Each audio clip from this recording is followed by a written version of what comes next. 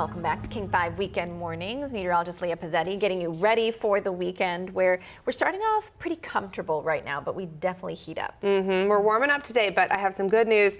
Gosh, the warm weather we've felt the last couple of days, bye-bye. Okay. Bye-bye. We're going to welcome back summer-like weather, definitely. It'll still be warm, but it won't be hot. It won't be hotter than normal. Okay, so we're kind of back to normal. We're seasonal as we head into the next couple of days. Today, though, we're still going to sit slightly above average, a few degrees warmer than normal, so we will see some 80s today, but into tomorrow, we're going to start to sit right around 80 degrees, give or take, depending on where you are, and then we'll settle into that pattern of seasonal temperatures really for the foreseeable future.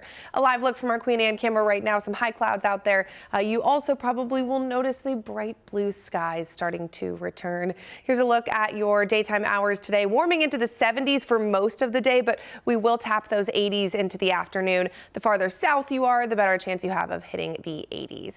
Here's a look at satellite and radar imagery. No rain, but definitely some high clouds moving in. This is a loop of the last 3 hours for you. Of course, the thing that we're watching is to our east. That is where we have air quality issues remaining, and then also now an increased risk for fire. So let's talk about that. This red flag warning everywhere in hot pink has now been issued. It's pretty much central and into eastern Washington, a majority of those areas through 11 p.m. tonight. So during our daytime hours, because of strong wind, low relative humidity, it's going to be toasty out there into the 90s. So fire risk is high. If you are doing any recreating in the woods, please just don't burn anything.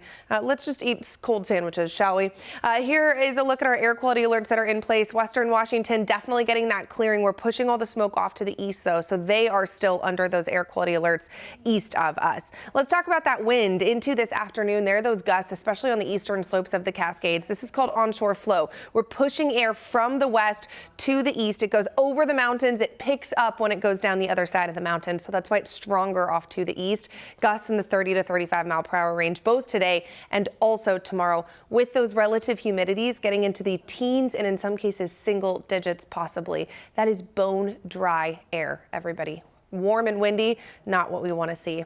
Here's a look at our highs for today in Western Washington, though. 70s into the 80s. A few spots into the mid 80s farther down to the south. A couple spots in the 70s to the north. The Olympic Peninsula looking comfortable in those upper 60s, but look at those 90s off to the east. Bad news, especially for that Little Giant fire over there.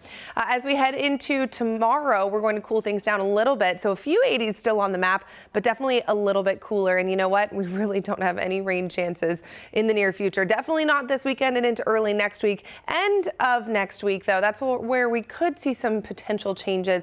However, at this point, it's looking like we're going to sit seasonal right around 80 degrees. No big swings this upcoming week, which is definitely a welcome sight for the next couple of days.